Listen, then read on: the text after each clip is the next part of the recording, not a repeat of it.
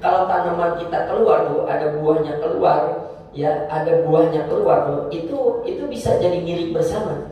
Dalam artian boleh dipetik karena itu sudah jatuhnya ke jalan meskipun pohonnya itu pohon kita. Tapi sebagai orang yang beradab, kata ulama, meskipun itu menjulur ke jalan, ya, kalau kita pengen tetap minta izin kepada pemilik rumah, ya, sebagai adab kita. Nah, yang pemilik rumah pun kalau dia beradab, dia bilang kalau yang mau petik aja silakan. Begitu, petik aja silakan. Jadi harus ada yang satu dituntut beradab supaya dia minta izin, ya, yang satu dituntut oleh Allah untuk mengikhlaskan kalau memang itu sudah keluar daripada halaman dia, sudah keluar daripada halaman dia.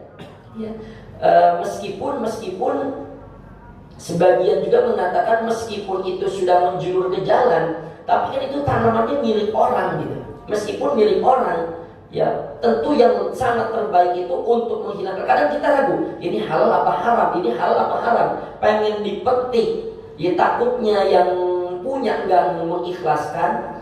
Ya, kemudian kalau nggak dipetik pun, pengen dipetik pun ini menjulur ke jalan gitu. Nah, jadi idealnya memang minta izin. Idealnya kita memang meminta izin. Dan yang punya rumah pun kalau ada yang metik, ada yang mencuri, atau ya bahasanya ada yang berbagel pakai sendal itu pada jatuh, ya sudah, itu dihitung sedekah. Makanya dihitung sedekah kapan? Kalau dia mengikhlaskan. Tapi kalau dia pagi-pagi lihat pohon rambutan dipetik orang tuh, yang datanya dia bilang, buset, kurang ajar, sialan nih orang yang punya gue dipetik. Itu udah gak ada pahala itu.